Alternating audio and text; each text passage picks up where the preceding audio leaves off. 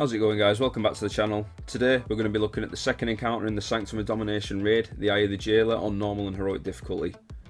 Now, this fight again from our point of view is quite a simple fight, however it does have a couple more added layers to be aware of compared to, say, the Tarragru. But that being said, let's crack on and take a look at the mechanics for this boss. Starting off with the Taunt Swap mechanic. This ability is called Deathlink, which deals quite a large amount of damage to the tank and also reflects some of that damage onto your raid. This ability stacks and increases the damage that you take from it by 100% each stack. The way to deal with this is taunt after each Deathlink to ensure that neither the tank or the DPS in your raid get one shot by this mechanic. The phases are fairly short, so depending on your capabilities as a raid, you can even rotate cooldowns, but I found this not to be really all that necessary. Another mechanic that we have to watch out for is the Fractured Soul mechanic. Now, all players have to be mindful of this, so it's not just the tanks. Basically, the boss will spawn swirlies on the ground. If you're inside them, just simply move out of them. However, if you're struck by one of these swirlies, then your soul will get split into 3 fragments around your character. While this is in effect, your movement speed's slowed and you're taking light ticking damage, really.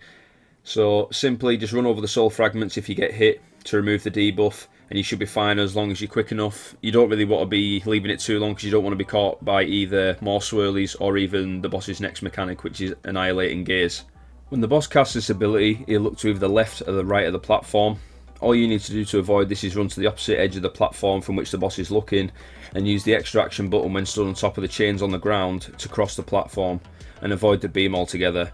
You can also finesse it a little bit by using a cheeky little fear teleport or a little vent fear teleport, but chains will also work just fine. Now, apart from that, you don't actually have anything else to worry about in Phase 1 on normal. However, on heroic, it introduces a new ad during Phase 1 that must be nuked down as soon as possible. This ad spawns when a raid member gets a grey circle around them from an ability called Dragging Chains. A few members of your team soak this and then use the chains applied to pull the ad down to the platform. The ad's called a Stygian Abductor, who once grounded will apply stacks of Assailing Lance to the current target, hitting for a good portion of your health and also leaving quite a nasty bleed. You can taunt swap this guy around 2 stacks if he isn't dead already. He usually spawns just before a beam, giving you and your raid plenty of opportunity to deal with him, and ideally you want to only get one of these per phase. Now, let's go into Phase 2. When the boss reaches 66 and 33% health, he'll trigger Phase 2, and this is where 2 ads will spawn by the chains on both sides of the boss. They basically just look like mini versions of the boss. Have one tank pick up each ad and tank it down the side of the platform or towards the back. Be careful when tanking these ads because they'll also apply a debuff called Spreading Misery, which you'll want to take to either the back or stack exactly on the side of the platform, because when it drops it'll leave a pool on the floor which grows and deals ticking damage. As long as you keep the main encounter space clean, this shouldn't be too much of an issue moving forward, and once the ads are dead, just repeat Phase 1. That's pretty much it for the Eye of the Jailer, guys. Leave a like if it helped, or even if you enjoyed it. Subscribe for more guides in the future, but until then, guys, I'll see you next time. Bye now.